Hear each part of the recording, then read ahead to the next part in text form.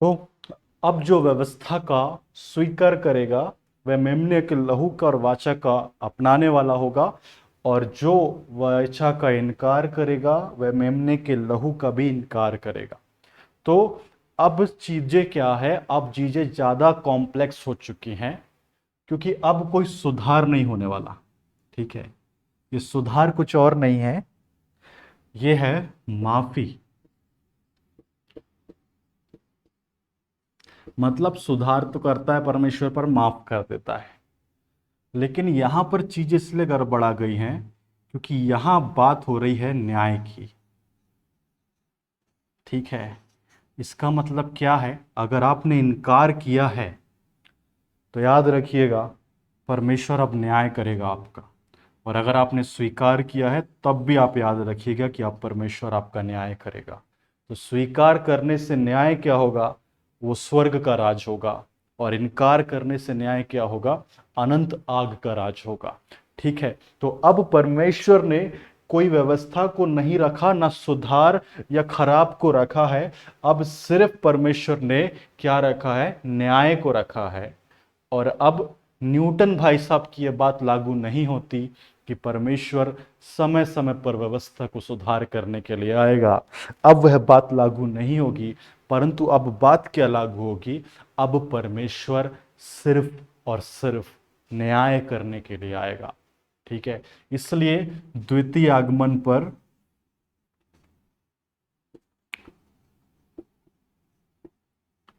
द्वितीय आगमन पर प्रचार होना और द्वितीय आगमन के बारे में लोगों को जानना जरूरी हो गया है, क्योंकि अब परिस्थितियां क्या है, अब परिस्थितियां बदल चुकी है। अगर आप अब इथिक्स के अनुसार काम नहीं करेंगे, अगर आप इथिक्स के अनुसार नहीं चलेंगे, तो याद रखिएगा अब कोई माफी नहीं मिलने वाली।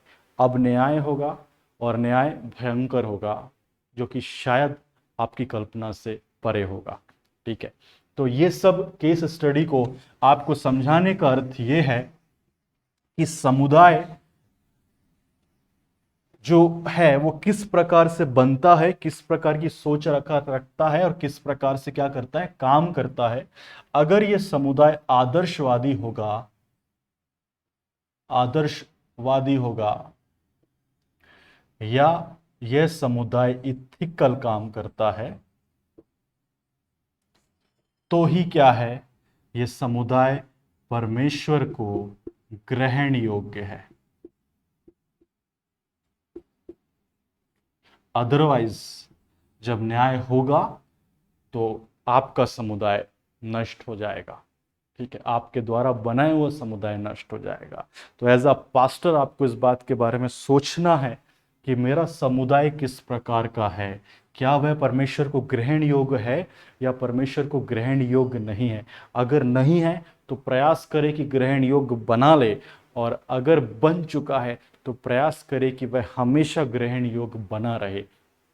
जब आप अपनी सेवकाई में आए तो इन बातों का ध्यान रखें कि किसी भी प्रकार से आपके कलीसिया के अंदर ऐसे व्यक्ति काम ना कर सके जो आपके समुदाय के मूल्यों को बिगाड़ रहे हो, या आपके समुदाय के मूल्यों को डिस्टर्ब कर रहे हो। अगर ऐसे व्यक्ति काम कर रहे हैं तो सबसे पहला काम आपको सुधारने का करना है। ठीक है, हटाने का नहीं करना है, सबसे पहला काम सुधारने का करना है।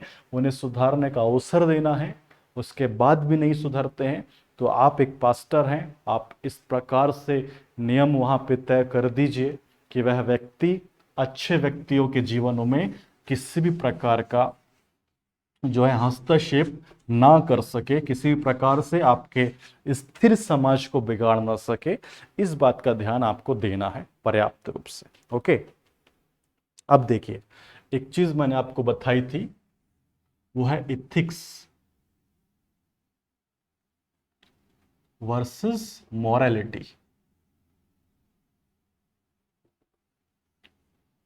ठीक है, एक जगह है न्याय और दूसरी जगह है आदर्श। अब न्याय की लड़ाई कई बार आदर्शों के साथ होती है। एज अ पास्टर आपको इस गंभीरता को समझना पड़ेगा कि कई बार आपके सामने ये परिस्थितियां होंगी कि या तो मैं न्याय को चुन लूं या तो मैं आदर्श को चुन लूं।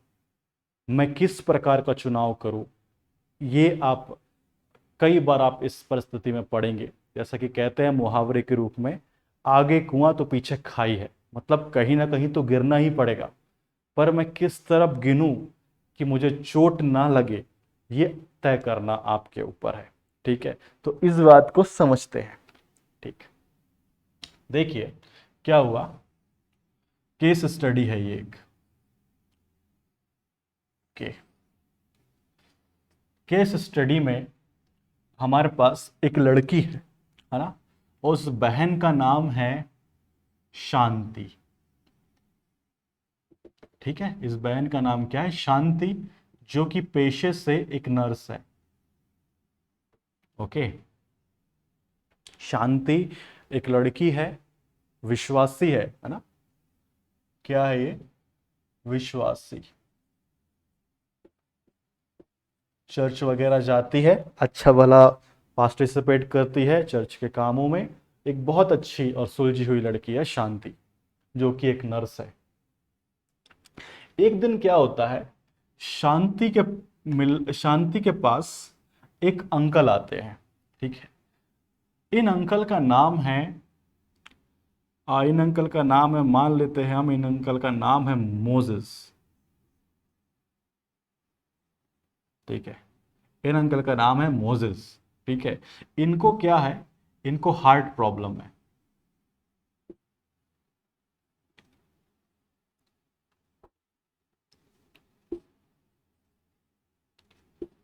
हृदय रोग है ना। ये आते हैं किससे मिलने, इस शांति से मिलने आते हैं, मतलब शांति के हॉस्पिटल में आते हैं अपने हृदय रोग का इलाज करवाने के लिए। अब शांति वहां की नर्स है, शांति रिसेप्शन में बैठी है, और मोजेस जो भाई है, ये अंकल है, ये अंकल मोजेस अंकल शांति के पास आए हुए हैं और शांति को बता रहे हैं कि मेरी हार्ट की कंडीशन कैसी है, मतलब मेरे को 2 हार्ट अटैक आ चुके हैं, मेरे हार्ट में ब्लॉकेज रहता है, मुझे लगातार सीने में पेन होता है। ये सब बातें मोजेस अंकल शांति को बता रहे हैं। अब मोजेस अंकल भी क्या हैं, विश्वासी हैं, है ना, नाम से समझ में आ रहा है। भाई मूसा का नाम है, मोजेस है, और मोजेस अंकल विश्वासी हैं। तो शांति भी विश्वासी है, मोजेस अंकल भी विश्वासी है।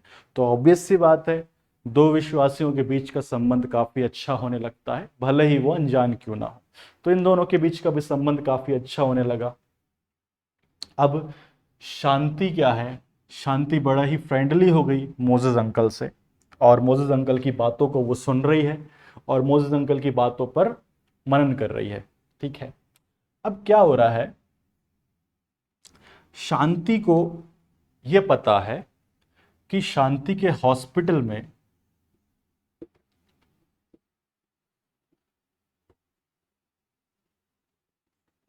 हार्ट स्पेशलिस्ट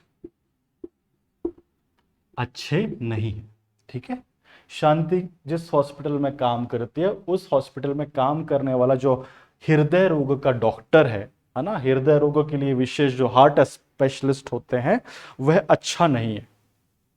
मतलब कई कंडीशन में वो बहुत अच्छे काम करते हैं, पर मैक्सिमम कंडीशन में हार्ट का जो सुविधा है शांति के हॉस्पिटल का अच्छा नहीं है। ठीक है, और शांति यह बात जानती है। अब क्या है, अब शांति के सामने दो कठिन परिस्थितियां हैं। ठीक है, क्या परिस्थितियां हैं, पहली तो ये परिस्थिति है कि यह बात शांति कि यहाँ उसके यहाँ वो नहीं है, मोजेस अंकल को बता दे।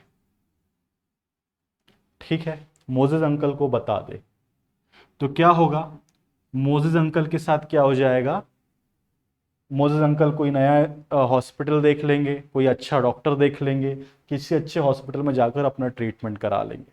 ठीक है, एक तो ये काम हो सकता है। ठीक, लेकिन इस काम को करने के लिए उसे क्या करना पड़ेगा, अपने हॉस्पिटल के इथिक्स को छोड़ना पड़ेगा।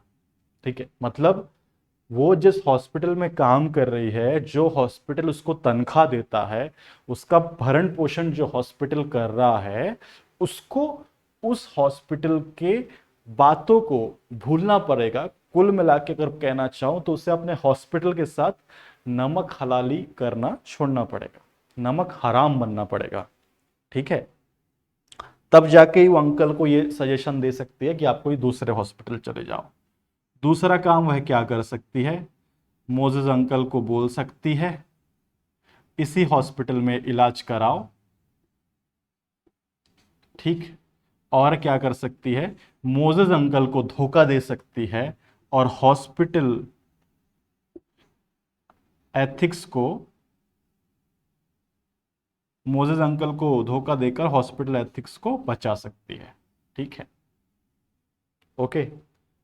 दोनों परिस्थिति में बेचारी शांति फंसी हुई है। अब या तो ये हो सकता है, या तो ये हो सकता है, बीच का कोई रास्ता नहीं है।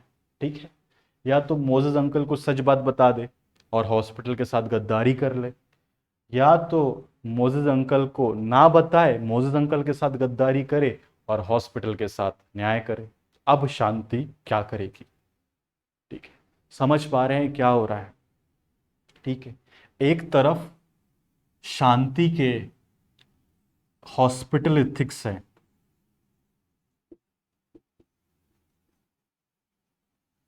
ठीक, जो उसको सिखाते हैं कि न्याय कैसे करना है, ठीक, जो उसका भरण पोषण करते हैं।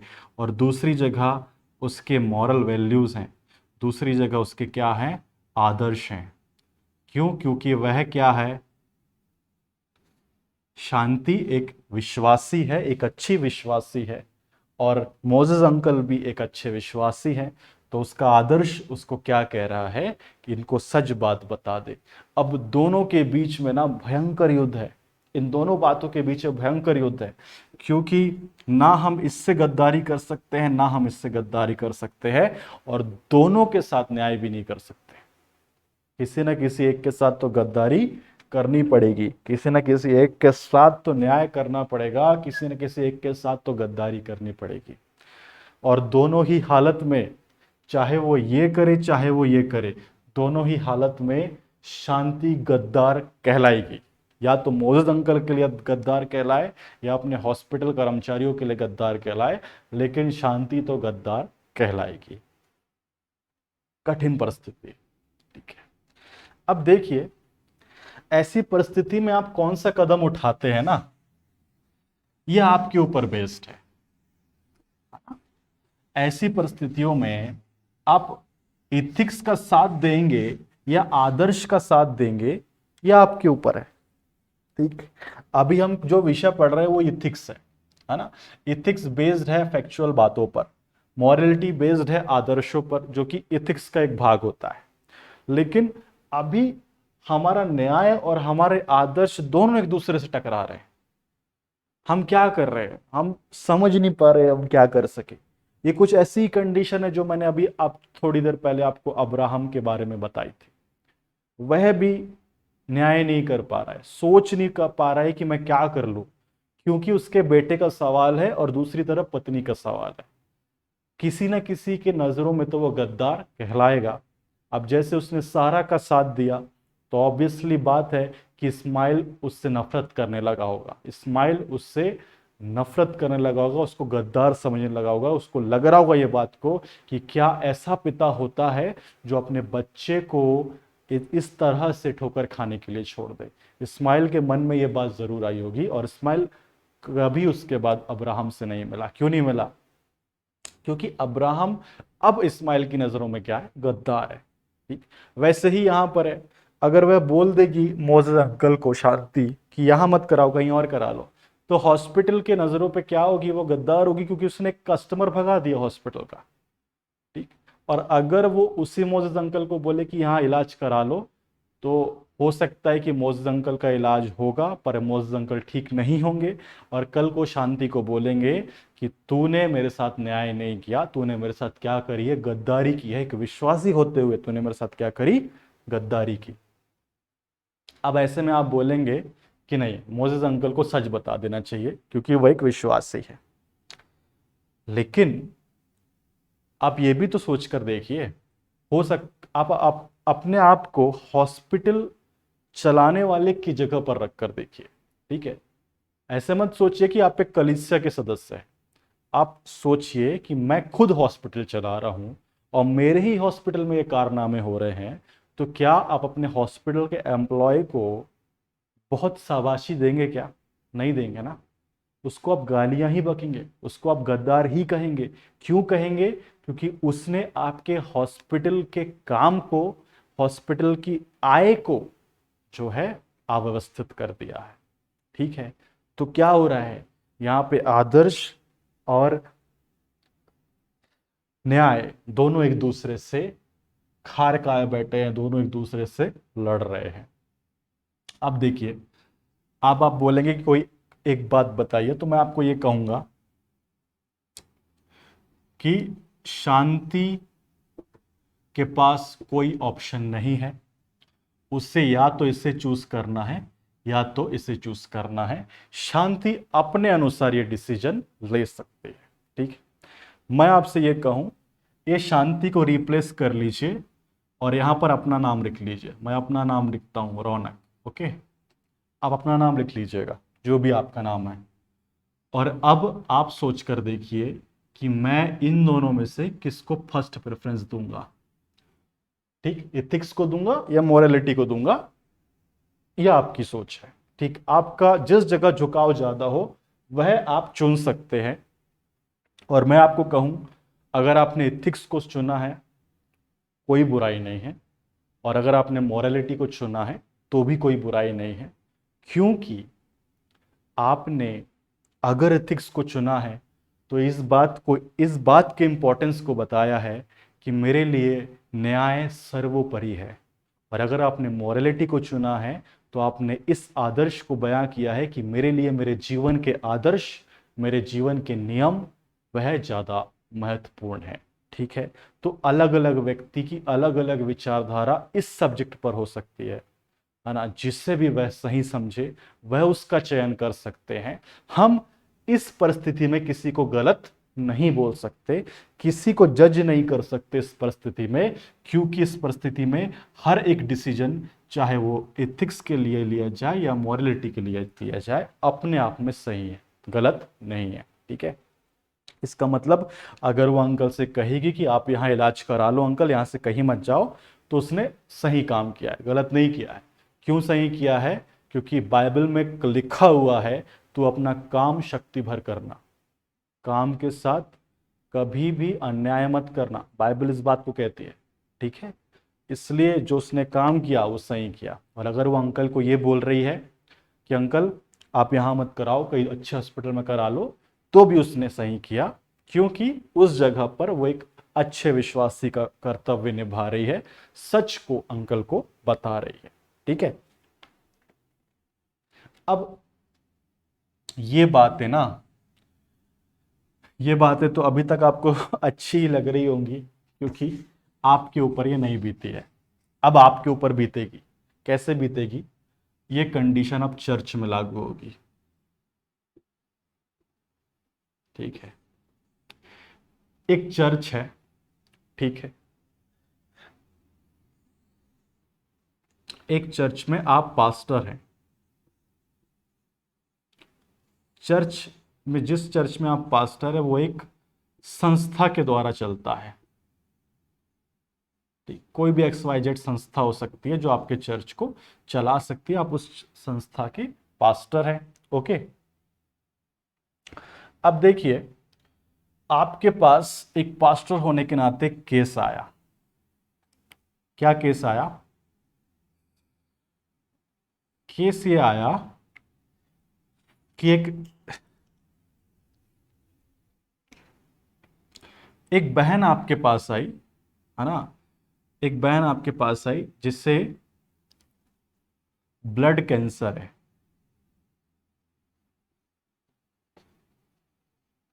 ना, खून का कैंसर है, खून की बीमारी है। ठीक है, ये बहन आपके पास आई। क्यों आई?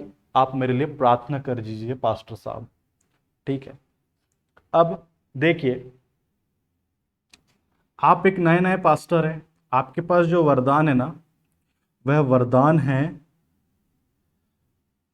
दर्शन का। सॉरी, आप एक नए नए पास्टर हैं, आपके जीवन में जो वरदान है वो है अन्य भाषा बोलने का, अन्य भाषा बोलने का, अन्य भाषा समझने का। इस वरदान से इस ब्लड कैंसर का कोई लेना देना नहीं है। अन्य भाषा बोलेंगे, अन्य भाषा समझेंगे, वरदान से ब्लड कैंसर का कोई लेना देना नहीं हो सकता। ब्लड कैंसर के लिए आपको वरदान चाहिए चंगाई का, क्योंकि वह एक रोग है। तो रोगों के लिए चंगाई का वरदान आपके पास होना चाहिए, जो आपके पास है नहीं। ठीक है, लेकिन ये आपकी संस्था की सदस्य है, ये लेडी जो है आपकी संस्था की एक सदस्य है। ठीक है, अगर आप इन्हें बोलते हैं कि एक चर्च है, जिसको हम चर्च 2 कह देते हैं, ये आपका चर्च 1 है, और ये चर्च आपका कोई दोस्त चलाता है, और ये जो दोस्त है ना, ये भी एक पास्टर है। ये दोस्त किससे भरा है? चंगाई के वरदान से भरा है। चंगाई के वरदान से भरा हुआ है।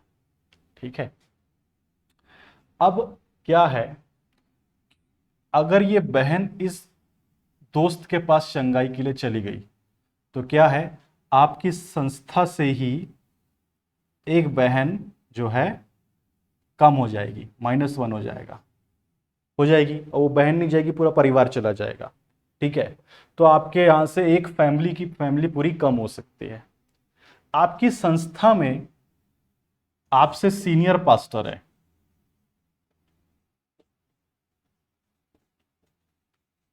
जो कि चंगाई के लिए प्रार्थना करते हैं, लेकिन 50% है। मतलब चंगाई मिलेगी भी, मिल भी सकती है और नहीं भी मिल सकती है, दोनों बात हो सकती है। ठीक है, आपके एक सीनियर पास्टर है संस्था के, और आपको संस्था के नियम के अनुसार ही काम करना है, क्योंकि आप एक संस्था से जुड़े हुए हैं। और दूसरी जगह है आपके दोस्त का चर्च, जहाँ पे हीलिंग वीलिंग प्रॉपर है, बढ़िया है, बराबर है, मजेदार काम होते हैं जहाँ पे। लेकिन एज अ पास्टर आपके सामने अब धर्म संकट आ गया। अब धर्म संकट किस बात का है? थोड़ा इसको इजी बना देता हूं मैं, ताकि आपको समझ में आ जाए।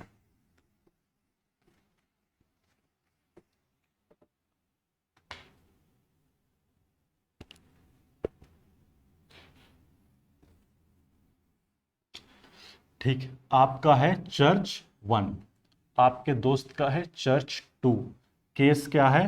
केस है ब्लड कैंसर। ठीक, जो आपके चर्च से जुड़ा हुआ है। आप चर्च 1 के पास्टर हैं, और आपका फ्रेंड जो है चर्च 2 का पास्टर है। ठीक,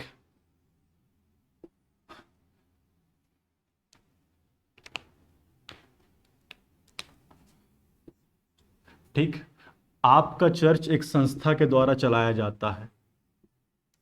ठीक, इस संस्था में एक सीनियर पास्टर है, जो कि चंगाई करते हैं, लेकिन वह 50% है। मतलब हो भी सकता है और नहीं भी हो सकती है। ठीक, कुछ कंफर्म नहीं कह सकते। आपका दोस्त चंगाई का ही वरदान का मुख्य काम करता है, और चंगाई यहाँ मिलती ही है। मतलब इसका सक्सेस रेट करीब 90% है। ठीक है, और ये जो ब्लड कैंसर की मरीज है, ये आपके चर्च की मेंबर है। ठीक है, अब आपको ये फैसला करना है कि मैं इस मेंबर को हमारे सीनियर पास्टर के पास भेजूं, या अपने दोस्त के पास भेजूं प्रार्थना के लिए। ठीक है, दोस्त के पास भेजने में एक खतरा ये है, ये पूरा का पूरा परिवार आपकी संस्था से छोड़कर आपके दोस्त के चर्च को ज्वाइन कर लेगा। ये बात 100% है, और बीच का कोई रास्ता आपके पास नहीं है। अब आप क्या करेंगे? ऐसे धर्म संकट आए दिन सेवकाई में आपके सामने आएंगे और अब आप क्या करेंगे। ठीक है, ये परिस्थितियां आपके सामने पैदा रहेंगी, आप क्या करेंगे। ठीक है, देखिए, है ना, अगर आप सोचते हैं, मेरे को पता है आप लोगों में मैक्सिमम लोग यही सोच रहे होंगे कि यार भेज देते हैं क्योंकि प्रभु का मामला है ना। प्रभु का मामला है, ठीक है ना, लेकिन इस पास्टर की जगह अपने आप को रखकर सोचिए। इस पास्टर का लालन पालन पोषण सब कुछ यह संस्था कर रही है ना। संस्था अगर पास्टर को पाल रही है, पास्टर को पैसा दे रही है, स्पॉन्सर कर रही है, उसके बीवे बच्चों का खर्च उठा रही है, उसको रहने सहने की सुविधाएं दे रही है, तो चर्च के पास भी, मतलब संस्था के पास भी तो फाइनेंस होना चाहिए ना, कि अपने पास्टर को वह जीवन यापन करने के लिए कुछ पैसा दे सके, है ना। देखिए, आपका दोस्त आपको पैसा कभी नहीं देगा, उसका पर्सनल चर्च है, पर्सनल चर्च है ना, वो आपको पैसा नहीं देगा। ठीक, आप उसके चर्च के मेंबर नहीं बन सकते ना, आप उसके चर्च के पास्टर बन सकते हैं। अगर ऐसा होता तो पहले ही आप अपने दोस्त के साथ मिलकर सेवकाई करते। तो आपका दोस्त तो आपको पैसे नहीं दे रहा, है ना। तो जब आपके पास पैसे नहीं थे, आप एक पास्टर होने के बावजूद भी दर बदर भटक रहे थे, मारे मारे फिर रहे थे, आपकी फैमिली के पास जीने का आसरा नहीं था, तो आपको आसरा किसने दिया? इस संस्था ने दिया। ठीक, जब आपके पास जीने के सारे मूल अवसर खत्म हो गए, तब ये संस्था आपको पाल रही है, आपको खर्चा उठा रही है, आपको संभाल रही है। ठीक है, तो आप इस संस्था के विरोध में कैसे जा सकते हैं? एक पास्टर अगर न्याय ना कर पाए तो वह अच्छा पास्टर कैसे बन सकता है? यहां दिक्कत है ना, बहुत बड़ी दिक्कत है। पास्टर को न्याय करना है,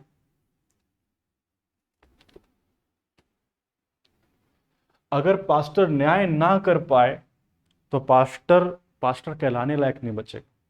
ठीक है, तो आप लोगों के लिए ये डिसीजन शायद बहुत सरल लगे, लेकिन इस पास्टर के लिए यह डिसीजन कर पाना उतना ही मुश्किल है जितना कि अब्राहम का उसके बेटे को छोड़ना था। ठीक है, उतना ही मुश्किल है, क्योंकि उसके कठिन समय में इस संस्था ने उसका साथ दिया है, इस सीनियर पास्टर ने उसका साथ दिया है, दोस्त ने नहीं दिया। ओके, और अगर यह पास्टर अपने सीनियर पास्टर को रिकमेंड कर दे तो हो सकता है इस बहन की जान जा सकती है, क्योंकि चंगाई 50-50 है ना। बच भी सकती है और मर भी सकती है, दोनों काम हो सकते हैं। ठीक है, और अगर इससे दगा करके, इससे नमक हरामी करके या अपने दोस्त के चर्च में इस बहन और उसके परिवार को भेजते तो बहन तो बच जाएगी, लेकिन बेचारा पास्टर जीवन भर के लिए गद्दार कहलाएगा, है ना। इस पास्टर को जीवन भर के लिए इसका सीनियर पास्टर क्या बोलेगा कि तू गद्दार है, तूने अपने सेवकाई के साथ न्याय नहीं किया। मॉरलिटी कहती है कि ये कदम उठाना सही है, और इथिक्स कहता है कि ये कदम उठाना सही है। अब आपके ऊपर है, आप क्या कदम उठाएंगे। ठीक, क्योंकि आप भी एक पास्टर, सेवक या सेविका बनेंगे, आप क्या कदम उठाएंगे। ठीक है, अब देखिए, पहले भी मैंने आपको कहा था और अभी भी मैं आपको यही कह रहा हूं, इस कंडीशन में एज अ पास्टर आप जो भी कदम उठाएं, चाहे वो मॉरलिटी के साथ हो, चाहे वो एथिक्स के साथ हो, दोनों ही कदम सही होंगे। इन दोनों कदमों के उठाने पर परमेश्वर आपका न्याय नहीं करेगा। ठीक है, क्योंकि परमेश्वर जानता है कि किस परिस्थिति में आप किस कदम को उठा रहे हैं। परमेश्वर पक्षपात नहीं करता कभी किसी का, वो समझता है कि एक पास्टर की क्या कंडीशन है, कि वह किसी को गलत दिख रहा है पर कदम सही उठा रहा है। ओके, तो आप जो भी कदम उठाएं वह कदम अपने आप में सही होगा, क्योंकि मैं ये मानता हूं कि आपने बिल्कुल सोच समझ के विचार करके अपने दिमाग से इस डिसीजन को लिया है कि मैं क्या करूं, और उसके बाद उस कदम को उठाया है। देखिए, अगर वह इसके पास भेजेंगे भी तो ये प्रार्थना कर सकता है परमेश्वर से कि प्रभु, मैं धर्म संकट के साथ अपने सीनियर पास्टर के पास इस बहन को भेज रहा हूं, लेकिन मैं चाहता हूं कि वह चंगी हो जाए, और हो सकता है कि वह बहन चंगी हो जाए, तो यह गद्दार कहलाने से बच जाएगा। दोस्ती में थोड़ा बहुत तो चलता है, हो जाता है, मैनेज हो जाता है ना। और दूसरा काम यह भी कर सकता है कि बड़े ही शांति रीति से चुपचाप कुछ भी कामों को दबाते हुए वह इस काम को कर जाए और इस बहन को जीवन दान दे दे। तो मैं मानूंगा दोनों ही कंडीशन में वह पास्टर ने जो भी किया वह सही किया, वह गद्दार नहीं है, परंतु इथिक्स और मॉरलिटी के बीच में उसने किसी एक तत्व को चुना और दूसरे तत्व को छोड़ दिया है। ठीक, उसने अपने काम को बखूबी निभाया है, पास्टर के अंदर कोई बुराई नहीं। ठीक है, तो इस घटना को याद रखें, हमारे जीवन में ये घटना बार बार होगी, लगातार होगी। एज अ पास्टर तो बार बार आपके जीवन में ये घटनाएं आएंगी और आपको इनका सोल्यूशन निकालना पड़ेगा। और जब कोई चारा नजर ना आए तो जिस तरह अब्राहम ने किया कि वह परमेश्वर से प्रार्थना करने लगा और फिर परमेश्वर ने जो कहा अब्राहम ने वो अपना लिया। ठीक है, वो भी अनएथिकल ही था। अब परमेश्वर ने उसको सजेशन दिया कि पुत्र से दूर कर दे, तो आप परमेश्वर के ऊपर भी सवाल उठा सकते हैं कि परमेश्वर ने ये गलत क्यों दिया। परमेश्वर कह सकता था कि नहीं, साथ में रख, दोनों को साथ में रख, कहीं मत भेज, लेकिन परमेश्वर ने ये नहीं कहा। ठीक है, क्योंकि परमेश्वर जानता था, है ना, कि व्यवस्था के बिगाड़ का और व्यवस्था के सुधार ये दोनों साथ में नहीं रह सकते, इन दोनों को अलग करना ही पड़ेगा, तब कहीं मैं एक आदर्श समाज की स्थापना कर पाऊंगा। और परमेश्वर ने सोच समझ के यह उत्तर अब्राहम को दिया, और अब्राहम ने उसको जब फॉलो किया तो हम देखते हैं अब्राहम के जीवन में क्या आई, आशीषें आई। आशीषें रुकी नहीं, परंतु उसके बाद निरंतर आशीषें आती गई। तो इथिक्स और मॉरलिटी के बीच में जब आप फंसे, पहले परमेश्वर से प्रार्थना करें, और जो उत्तर भी परमेश्वर देता है फिर दूसरी तरफ मत सोचिएगा, एक उत्तर को आप पकड़िएगा, एक्सेप्ट करिएगा, उसके बाद देखिएगा आश्चर्यक्रम बताएंगे कि आप कितने सही हैं और दूसरे कितने गलत है। ठीक है, तो इस बात को अपने जीवन में ध्यान रखें। परमेश्वर आप सबों को बहुत ऐसे आशीष दे। नेक्स्ट क्लास में मिलेंगे और कुछ और टॉपिक्स पर